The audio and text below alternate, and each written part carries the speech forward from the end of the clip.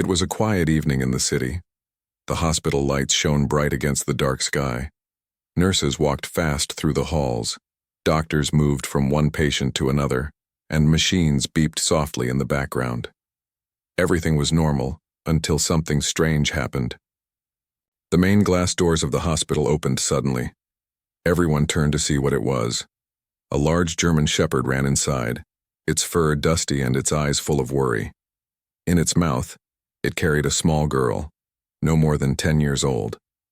The girl's arm was bleeding and her face was pale. For a few seconds, no one moved. They were too shocked to believe what they were seeing. A dog running into a hospital carrying a child. It was something no one had ever seen before. Then a nurse shouted, "Get a stretcher, quick!" The staff rushed forward.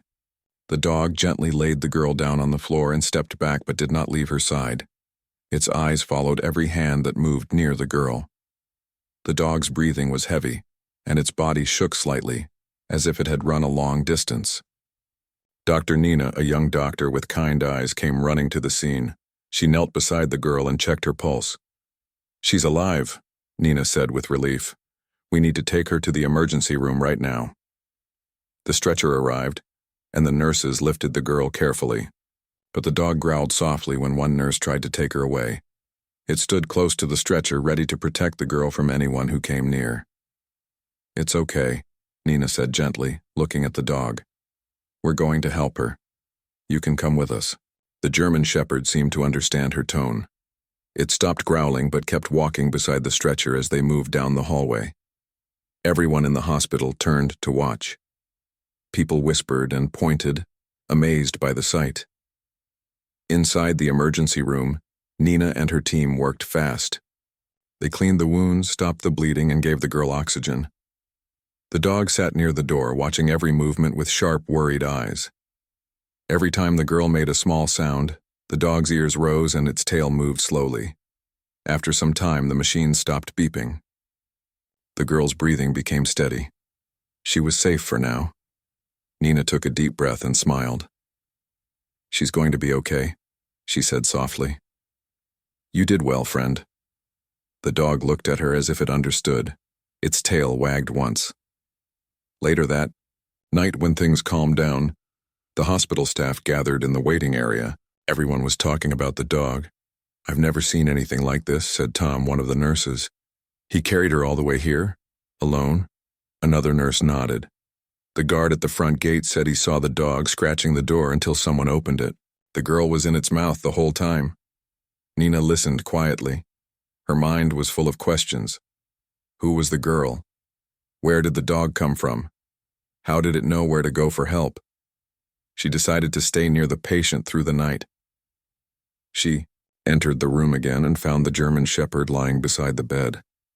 The dog had not moved from that spot. Its head rested near the girl's arm and its eyes were half closed, tired but still alert. Nina walked closer and spoke softly. "You really care for her, don't you?" The dog's ears moved slightly at her voice. It did not growl or move away. It just stayed there, calm and protective. Nina checked the girl's condition again. The monitors showed normal signs. The girl was sleeping peacefully. She looked so small, wrapped in white sheets, her face still pale but safe. Nina pulled a chair and sat beside them. She couldn't help but smile. "You're quite a hero," she whispered to the dog. Morning came slowly. The hospital became busy again, and sunlight filled the room. The girl opened her eyes for the first time since she was brought in. She blinked, looking around in confusion. Then she saw the dog. "Bruno," she whispered weakly. The German shepherd jumped to its feet, tail wagging fast. It barked once, as if saying, "I'm here." Nina smiled. "So his name is Bruno. That's a good name." The girl tried to speak again, but her throat was dry. Nina gave her a sip of water and asked gently, "Can you tell me your name?" "Mara," the girl said softly. "Hello, Mara," Nina said kindly. "You're safe now. Bruno brought you here. He saved your life." Mara looked at Bruno and smiled faintly. "He saved me." Nina could see the bond between them. It was not just a pet and owner relationship. It was something deeper, something built on trust and love. Over the next few hours, Nina tried to learn more, but Mara was too weak to say much. She only said that she and Bruno were together near the forest outside the city before everything went dark. No one knew what had happened. Police came to ask questions. They took photos of the dog and the girl, but Bruno didn't like the cameras. He barked and stood between Mara and the officers until Nina calmed him. "It's okay, Bruno," she said softly. "They're not here to hurt her." Still, the dog stayed close. It didn't trust anyone easily. When Nina asked the police if they could find out where Mara lived, they said they would check missing person reports. But so far, no one had reported a lost child matching her description. It was all a mystery. Who was Mara? How did she get hurt? And how did this dog know to bring her here? That evening, Nina went outside to clear her mind. The sky was orange and pink. She thought about everything that had happened in the last 24 hours. She had seen many strange things in her years as a doctor, but this was something special. When she went back inside, she found Bruno standing at the window, watching the sunset.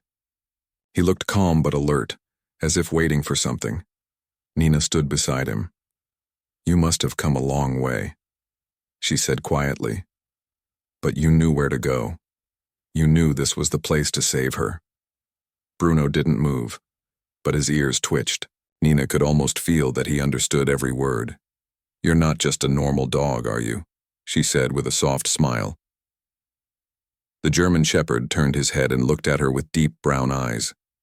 For a moment, Nina felt a strange sense of connection, as if Bruno was trying to tell her something important that words could not express. Before she could say more, Mara made a small sound from the bed. Bruno rushed to her side. Nina followed quickly. The girl's eyes were open again, and she looked afraid. "The lights," she said in a trembling voice. "In the forest. They were following us." Nina frowned. "Lights? What kind of lights?" Mara shook her head weakly. "I don't know. They were not human." Bruno barked loudly as if remembering the same thing. His body stiffened, eyes focused, tail straight. He stood guard beside Mara's bed once more. Nina felt a chill. Something strange had brought the girl here, and Bruno knew more than any human could guess. Outside, the night wind howled against the windows. Inside, the hospital lights flickered for a moment, then steadied again. Nina looked at Bruno and whispered, "Whatever happened out there, we'll find the truth." Bruno's gaze met hers. In that quiet hospital room, under the glow of white light, it felt like a promise. The morning sunlight filled the hospital room with a soft glow. Mara was awake now, sitting quietly on the bed with a blanket around her shoulders. Her face was still pale, but her eyes looked brighter than before. Beside her sat Bruno, the German shepherd, his head resting near her hand. Dr. Nina entered with a gentle smile. "Good morning, Mara. How are you feeling today?" Mara looked at her shyly. "Better, I think," she said softly. "That's good," Nina replied. "You're a strong girl. Bruno never left your side all night. I think he loves you very much." At the sound of his name, Bruno lifted his head and wagged his tail slowly. He gave a low bark as if agreeing with Nina's words. Nina laughed softly. "See? He's talking already." Mara smiled for the first time since she arrived. "He always knows what I feel, even when I'm sad." Nina sat near the bed and opened her notepad. "Mara, can you tell me what happened? Anything you remember before you came here?" Mara looked down at her hands. "We were in the forest. I was trying to take pictures of stars.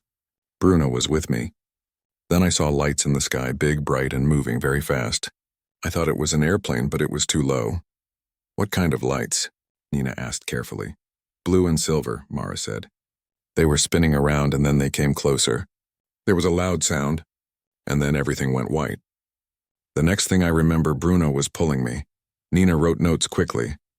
The details sounded strange but real. "Did you see anyone else?" she asked. Mara shook her head. "No people, only those lights. They made me feel scared. It was like the air was shaking." Bruno suddenly stood up and moved toward the window, ears straight and alert. He looked outside as if he heard something others could not. His body was tense and a low growl came from his throat. Nina turned to see what caught his attention.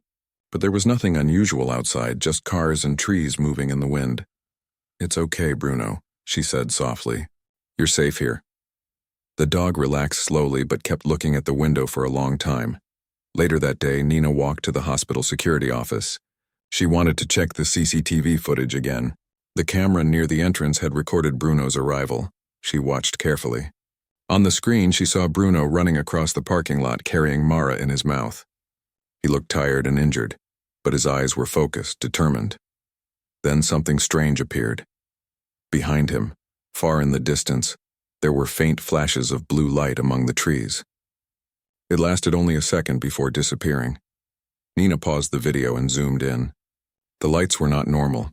They didn't look like car lights or street lamps. It was as if something was glowing in the dark. "What were you running from, Bruno?"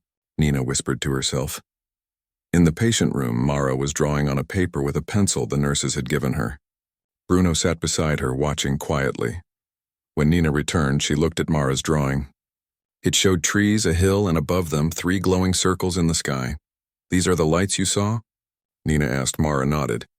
"Yes, they moved in a line first, then they stopped and started spinning. I felt a strange sound in my ears, like buzzing." Nina looked at the drawing again. "You said Bruno pulled you away?" "Yes," Mara said. "I fell down after something hit the ground near us. I couldn't move. Bruno barked and pushed me. Then he grabbed my jacket and dragged me away. He didn't stop until we were far." Nina touched Bruno's head gently. "You really are a hero, aren't you?" Bruno's tail wagged once, but his eyes stayed serious. It was as if he remembered that night too well. The hospital staff had started to like Bruno. He was calm, smart, and followed rules like a trained guardian. But there was something different about him, something beyond normal. Tom, the nurse, brought a bowl of food for Bruno. "Here you go." "Buddy," he said. Bruno sniffed it, then looked at Nina as if asking for permission. When she nodded, he began to eat. Tom laughed. "He waits for your order." "That's amazing." Nina smiled but said nothing. Inside, she was thinking about how Bruno seemed to understand human speech better than most animals. Later, Nina sat in her office, reading reports. The police had not found any missing person record for Mara. There was also no sign of any crashed object in the forest. But one officer mentioned strange burn marks on the ground near a small hill. It made Nina curious. She wanted to go see that place herself. That evening, Nina visited Mara's room again. The girl was asleep, holding Bruno's paw. The sight made Nina's heart soft. She whispered to herself, "There's a reason they came together." Something big happened out there.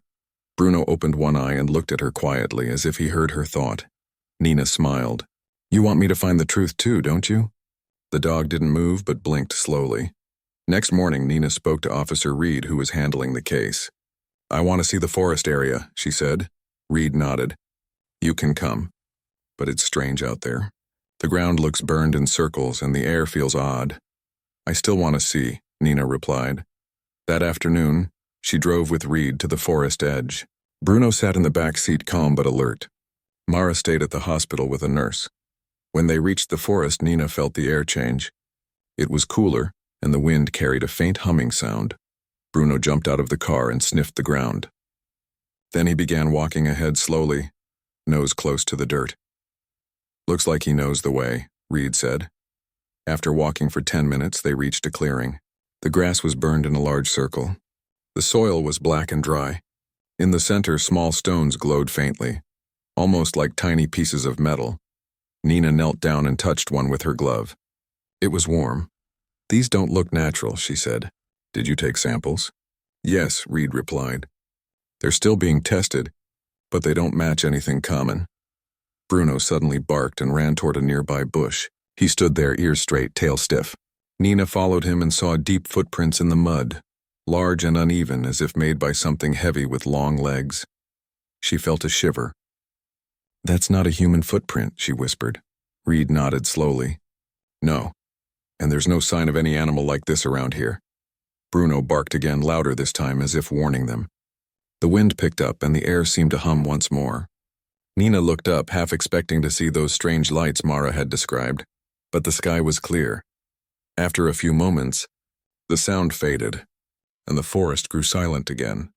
Nina looked at Bruno. "You brought her from here, didn't you?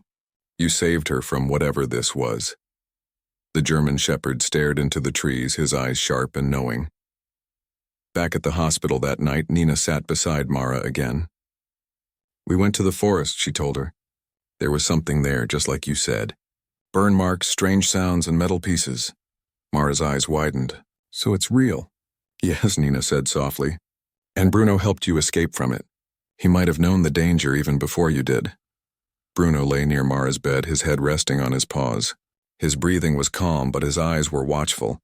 Nina looked at them both and felt something she couldn't explain, a bond stronger than science, stronger than fear. Maybe Bruno was not just a pet. Maybe he was part of something bigger, a bridge between humans and something beyond their world. Outside, thunder rumbled in the distance. Nina looked at the window, thinking about the blue lights in the forest and the strange warmth of those metal stones. Something was coming, and she knew Bruno would be ready. The rain started early in the morning, tapping softly on the hospital windows. The city looked calm, but inside Dr. Nina's mind, nothing felt calm.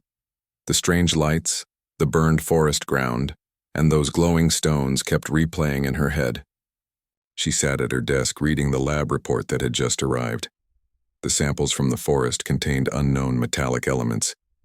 The report said, "Not found in Earth's natural minerals." Nina leaned back in her chair and sighed. "So it wasn't just a story," she whispered. There was a knock on her door. It was Tom, the nurse. "Dr. Nina, you should come. Something's wrong with Mara." Nina rushed to the room. Mara was sitting up, holding her head with both hands. Her face was pale, and she looked frightened. Bruno stood beside her, whining softly. "What's wrong, Mara?" Nina asked gently. Mara looked up, eyes wide. "The lights. They came again. I saw them through the window." Nina turned to the window, but she saw nothing unusual, only dark clouds and rain. "Are you sure, Mara?" "Yes," the girl said, trembling. They were calling. I could hear a sound in my head like buzzing. Bruno barked once, loud and sharp. He ran to the window, stood on his hind legs, and stared outside. His ears moved as if catching a faraway sound. Nina felt a strange coldness in the air. "Okay," she said softly, trying to calm them. "You're both safe here. I'll stay with you." Bruno didn't relax. He stayed near the window, watching, as if waiting for something unseen. Later that day, Nina went to meet Officer Reed again. They sat in the hospital cafeteria, drinking tea while rain hit the glass walls around them. "I read your report," Reed said. "You think those lights might be from something not human?" "I don't know," Nina replied honestly, "but the evidence is strange. And that dog, he reacts before anything happens. It's like he knows." Reed frowned. "You think the dog has something to do with it?" "I think Bruno is the key," Nina said. "He's too smart, too aware. Maybe he saw those things up close, maybe he knows what they are." Reed rubbed his chin. "If that's true, we should go back there. But this time, with more people and better equipment," Nina agreed. "Yes. We need to find out what's hiding in that forest." That night, Nina returned to Mara's room. Bruno was sleeping lightly, but his ears twitched at every sound. Mara was awake, drawing again. "What are you drawing?" Nina asked softly. Mara turned the page toward her. It showed a round object hovering above trees with lines of light coming from it. "This came from the sky," Mara said quietly. "When it landed, the air felt heavy. Bruno started barking. Then something bright touched the ground, and I fell." Nina pointed at the lines. "These lights, did they touch you?" Mara nodded slowly. "One of them did. It was warm. After that, I couldn't move." Nina's eyes widened. "And Bruno?" "He barked and pushed me away," Mara said. "He didn't stop until we were far. I think it hurt him too." Nina looked at Bruno. He had a small scar near his neck, hidden under his fur. She hadn't noticed it before. "Maybe that's how he got this wound," she whispered. The next day, a small team was ready to go back to the forest. Dr. Nina, Officer Reed, and 2 other officers. Bruno was with them. He refused to stay behind, barking loudly until Nina let him come. Mara stayed at the hospital with a nurse, though she looked worried when they left. "Be careful," she said softly. "The forest doesn't like strangers." Nina smiled to comfort her. "We'll be fine, Mara. Bruno will guide us." The forest looked darker than before. Mist hung in the air, and the trees were silent. No birds sang. Even the wind felt heavy. Bruno walked ahead, nose close to the ground. Every few minutes he stopped and sniffed the air. His body stayed tense, ready for anything. After walking for about 15 minutes, they reached the same clearing where the ground was burned. But now, something new was there. A faint blue glow coming from beneath the soil. Reed bent down. "What is that?" Nina knelt beside him. The glow was coming from cracks in the earth, like something metallic buried underneath. Suddenly, Bruno barked and ran toward the trees on the right. The officers followed quickly. There, behind thick bushes, they found a small metallic piece half buried in the mud. It was smooth, silver blue, and shaped like a small disc. Nina picked it up carefully with gloves. It was warm, almost alive. "This doesn't look like any human-made device," she said. Before anyone could reply, a sharp sound filled the air, a low, humming vibration that made the ground tremble slightly. Bruno growled, standing between Nina and the forest. "Everyone back!" Reed shouted. The sound grew louder. The air shimmered with blue light, and shapes appeared between the trees. 3 glowing circles floating silently, moving closer. Nina's heart raced. "The lights, they're real!" Bruno barked furiously, teeth bared, ready to defend. The glowing shapes stopped moving for a moment, as if scanning them. Then, just as suddenly, they disappeared into the mist. The forest went silent again. Only the sound of rain remained. Reed looked around, pale. "What were those?" Nina took a deep breath. "Whatever they are, they're not from here." Bruno sniffed the air again, then walked to a nearby rock and started scratching at it. Underneath, they found more metal pieces, each one shining faintly. Nina collected them carefully. "These could help us understand what happened." When they returned to the hospital, Mara ran to meet them in the hallway. "You saw them, didn't you?" she asked, her voice shaking. Nina nodded slowly. "Yes, we did. The lights are real, Mara." Mara looked at Bruno. "He saved me from them before. He knows what they want." "What do you mean?" Nina asked. Mara hesitated, then said softly, "The night it happened, I heard a voice. It wasn't human. It said something like, 'Return the core.' I don't know what it means, but Bruno barked and ran. I think he took something from them."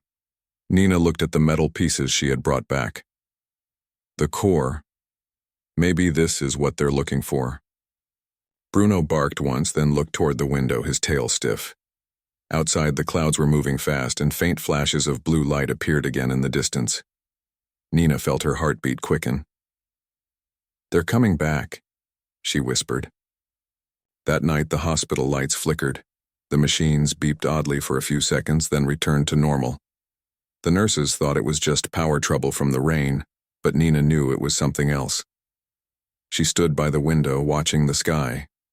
Bruno sat beside her, calm but alert. Mara was sleeping in the bed, holding Bruno's old collar in her hand. The air felt colder than usual. "Whatever you are," Nina whispered toward the dark clouds, "you won't take her again." Bruno turned his head and looked at her. His eyes glowed faintly in the dim light, like he understood the promise she had made. For the first time, Nina realized that Bruno wasn't just protecting Mara. He was protecting everyone from something much bigger, something that had crossed from the sky into their world. And somewhere deep inside, Nina felt that the real story was only beginning. The hospital stood quiet under a cloudy night sky. The rain had stopped, but the air outside still carried a strange heaviness. The city lights flickered faintly, as if the world itself was holding its breath. Dr. Nina sat in her small office, her eyes fixed on the strange blue metal pieces they had brought from the forest. The pieces gave off a soft glow, even though there was no power connected to them. They looked like part of a machine, smooth, curved, and light as air. Bruno lay near her chair, half awake but alert. Every few minutes he lifted his head and looked toward the window, listening to something only he could hear. Nina took out her notebook. She wrote, "Unknown source. Emits soft light, possibly reacts to magnetic fields. Connected to blue light seen in forest," she sighed. "What are you, really?" she whispered, looking at the metal. Bruno's ears twitched. He stood up suddenly and walked closer to the desk. His nose touched the glowing piece. "Bruno, no," Nina said, but it was too late. The moment Bruno's nose touched the metal, it flashed bright blue and a wave of light filled the room. Papers flew off the desk and Nina covered her eyes. When the light faded, Bruno stood still, his eyes glowing faintly for a second before returning to normal. Nina's heart raced. "Bruno, are you okay?" He wagged his tail once but looked different, focused, almost human-like. He walked to the window and barked softly, then looked back at Nina. It was as if he was trying to tell her something. "What is it, boy?" Nina asked softly. "Do you know what this is?" Bruno barked again, then went to the door, pushing it slightly open with his nose. He looked back at her, waiting. "You want me to follow?" Bruno barked once, a short, clear sound. Nina grabbed her coat and followed him through the quiet hallways. The hospital was dark except for the dim night lights. Only a few nurses were on duty. Bruno walked straight to Mara's room. Inside, the girl was awake, sitting up in bed with wide eyes. "Nina," she whispered. "They're coming." "What?" Nina asked, rushing to her side. "Who's coming?" "The lights," Mara said, her voice trembling. "I can feel them again." "They're closer now," Bruno began, growling low and deep. His fur stood up and his eyes focused on the window. Outside, faint blue flashes moved across the night sky, slow and silent. Nina felt her chest tighten. This can't be real. But it was. The blue lights came closer, hovering above the hospital. The machines in the hallway started beeping and flickering. The lights dimmed, and the air buzzed with strange energy. Bruno barked loudly, standing between Mara and the window. Nina shouted to the nurses, "Get everyone away from the windows. Move the patients to the inner rooms." The hospital filled with noise, voices, footsteps, alarms. But Bruno stayed still, his eyes fixed on the window, ready for whatever would come. A sudden flash lit the entire sky. The windows rattled. Nina looked out and saw a circular shape in the clouds, huge and glowing blue. It wasn't a plane. It was silent, smooth, and alive with light.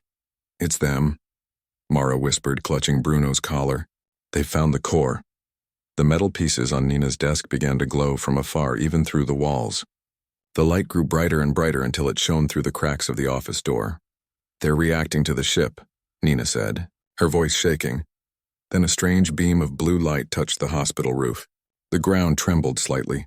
Bruno barked and ran to the door. He looked at Nina and growled softly, like he was telling her to trust him. "Bruno, no," Nina cried. "It's too dangerous." But Bruno pushed open the door with his strong body and ran down the hall toward the main entrance. His paws hit the floor fast, echoing through the empty hallway. Nina followed him with Mara close behind. Nurses shouted for her to stay back, but she didn't stop. When they reached the lobby, the front glass doors were glowing faintly blue. The outside air shimmered as if it were alive. Bruno stood in front of it, barking and growling at the light. "Mara, stay behind me," Nina said firmly. The blue glow pulsed again, and a faint humming sound filled the air. Bruno barked louder, his body tense, his eyes glowing faintly again. Then something amazing happened. His collar, the old one around his neck, began to glow the same blue color as the light outside. Mara gasped. "That's why they're after him," she whispered. "The collar, it's part of them." Nina's eyes widened. "You mean this collar came from that night?" "Yes," Mara said. "It wasn't mine. He found it before the lights came. He barked at it, then wore it. After that, everything changed. The glow outside grew brighter, and the sound became almost like a voice, soft, echoing, but not human. Bruno barked back, a deep and powerful sound that echoed through the hospital lobby. The glass doors shook but did not break. Bruno stood firm, his body glowing faintly. He looked almost larger, stronger, like something inside him had awakened. Then the blue light outside began to fade slowly, as if pushed back by Bruno's presence. The humming sound grew weaker. After a few seconds, the glow vanished completely. The sky turned dark again, and the hospital lights returned to normal. Nina fell to her knees, breathing hard. "It's gone?" Bruno turned to look at her. His tail wagged once, then he sat down, panting heavily. Mara ran to him and hugged his neck. "You did it, Bruno. You made them go away." Nina touched his fur gently. It was warm, too warm, but he was alive. "You're not just any dog," she whispered. "You're something more." Bruno looked at her quietly. For a moment his eyes glowed faintly again. And in that glow, Nina felt something, communication, understanding, maybe even words that didn't need to be spoken. The next morning, sunlight filled the hospital halls. Everything looked peaceful again, as if the strange night had never happened. But Nina knew it had. The security cameras had recorded everything. The lights, the shaking, the faint blue beam. Officer Reed arrived quickly. "What on earth happened here last night?" he asked. Nina showed him the video. Reed watched with wide eyes. "This isn't possible," he muttered. "It happened," Nina said quietly, and Bruno stopped it. Reed looked at the dog lying beside Mara's bed, resting peacefully. "That's no ordinary animal," he said. "No," Nina agreed. "He's a protector, maybe even a messenger." As the day passed, Bruno slept deeply, regaining his strength. Mara stayed beside him, stroking his fur gently. "I think he's tired," she said softly. "He fought for us," Nina smiled. "He deserves all the rest he needs." Later that evening, while Mara was sleeping, Nina sat beside Bruno again. She touched the glowing collar carefully. The light had faded, but it still pulsed faintly like a quiet heartbeat. "What are you trying to tell us, Bruno?" she whispered. The dog opened one eye slowly, looked at her, then turned his gaze toward the window. The sun was setting, and far away in the distance a faint blue sparkle appeared for a second, then vanished. Nina followed his gaze. "They're still out there, aren't they?" Bruno blinked once, as if answering yes. She sighed. "Then we'll be ready." The hospital was quiet again, the air calm, but something had changed. Everyone who had seen that night now looked at Bruno with new respect. He wasn't just a dog who saved a girl. He was a symbol of courage, loyalty, and mystery that no one could explain. That night, before going home, Nina looked one last time at Mara and Bruno. The girl was sleeping peacefully. Bruno was awake, his head resting on the bed beside her. Outside, the stars shone clearly for the first time in many nights. Nina whispered to herself, "Whatever he is, he's on our side." Bruno's ear twitched, and his tail moved slightly as if agreeing. In that quiet moment, the hospital felt like the safest place in the world, not because of walls or machines, but because a brave German shepherd stood guard over a little girl, ready to protect her from whatever came next. The morning sun rose slowly over the quiet city. The hospital, still standing strong after the strange night, looked peaceful again. Birds sang outside the windows, and the soft, golden light filled the hallways. For the first time in days, people smiled as they walked through the corridors. Dr. Nina stepped out of her office with a cup of coffee, feeling both tired and amazed. She had hardly slept since the strange blue light event. She still couldn't explain it. Every time she replayed the security footage, the same questions returned. What was that blue ship? Why did it react to Bruno's collar? And most of all, why did Bruno seem to understand everything? She walked into Mara's room quietly. The little girl was awake, sitting beside Bruno, who still rested on the floor near her bed. His breathing was calm, but his eyes were open and alert. "Good morning," Nina said softly. "How are you two feeling?" Mara smiled weakly. "I'm fine, doctor. Bruno's better too. He ate a little this morning." "That's good," Nina said with a small smile. "You both deserve a good breakfast after all you went through." Bruno wagged his tail slowly. He looked calm but serious, as if he was still listening to something far away. Nina sat on the edge of the bed. "Mara, do you remember anything else from that night in the forest? Anything new?" Mara looked down for a moment, thinking. "I think I remember something. There was a voice. Not a person's voice, but something soft inside my head. It said, 'The Guardian has awakened.'" Nina froze. "The Guardian?" Mara nodded. Then the light touched Bruno's collar. It was like they were talking to him.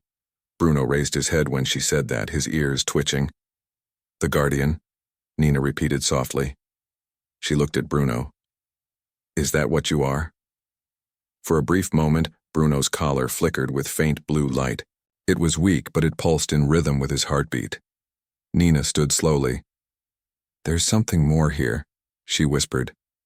"Something we still don't understand." Later that afternoon, Officer Reed returned to the hospital. He carried a small metal box. "Doctor," he said, "our team found this in the forest near the place where the girl was discovered." He placed the box on Nina's desk. Inside, it was another metal shard, glowing faintly blue, the same kind as the ones from before. But this one had strange symbols carved into it. Mara gasped when she saw it. "That's it. That's what I saw before the light came down." Reed frowned. "You mean this exact thing?" "Yes," she said. "Bruno was barking at it. He didn't want me to touch it." Nina leaned closer to the shard. The symbols looked like circles and lines, simple but elegant, almost like writing. "Maybe it's a message," Nina said. "But how do we read it?" Bruno stood up and walked toward the desk. The collar around his neck started glowing brighter. The shard responded, glowing even stronger. Reed stepped back in surprise. "What's happening?" Nina whispered. "He's connecting with it." The air around them shimmered softly, and a faint holographic light rose above the shard. The light twisted into shapes, then into words written in a strange blue font. Mara read softly. "The Guardian Protocol. Protect the child. Preserve the core. Await the signal." Everyone stood still. Reed said, "Protect the child? You mean Mara?" Nina nodded slowly. "It must be. Bruno wasn't just helping her by accident. He was sent to protect her." "But by who?" Reed asked. The glowing light flickered again. A faint image appeared, something like a huge structure in space, surrounded by blue light. It looked like a station or a ship. Then the image faded. "The signal source," Nina said softly. "They were here for this mission, and Bruno, somehow, became part of it." Mara looked at Bruno, her eyes wide. "So he's a guardian, and I'm the one he's supposed to protect." Bruno barked softly, his eyes warm and steady. That night, the sky over the city glowed faintly blue again, but this time there was no fear. The light was soft and peaceful, like moonlight over calm water. Nina, Mara, and Reed stood outside the hospital entrance, watching. Bruno stood in front of them, his collar shining brightly now. "Is it the same ship?" Reed asked. Nina shook her head. "No, the energy feels different. It's not searching this time, it's guiding." A thin beam of light came down from the sky, touching the ground a few feet away. It wasn't strong or loud, it was gentle. Inside the beam, the faint blue symbols from the shard appeared again, floating slowly in the air. Mara stepped forward, but Bruno blocked her path gently, his body between her and the beam. He barked once, softly. Nina whispered, "He's saying goodbye." The light brightened around Bruno. His collar glowed brighter than ever, and the symbols in the air changed. A voice, soft, calm, and not human, filled their minds. "Mission complete. Guardian returning. The child is safe." Mara's eyes filled with tears. "No, Bruno, you can't go." She ran to him and hugged his neck tightly. Bruno licked her hand, his eyes full of warmth and calm. He stayed still, letting her hold him. Nina's throat tightened as she whispered, "He did what he was meant to do." The light grew brighter, wrapping around Bruno like a gentle blanket. For a few moments his body glowed completely, then slowly began to fade into the light. Mara sobbed softly. "Please stay." But Bruno just looked at her one last time. His eyes seemed to say, "You're safe now." And then, in a final flash of blue light, he was gone.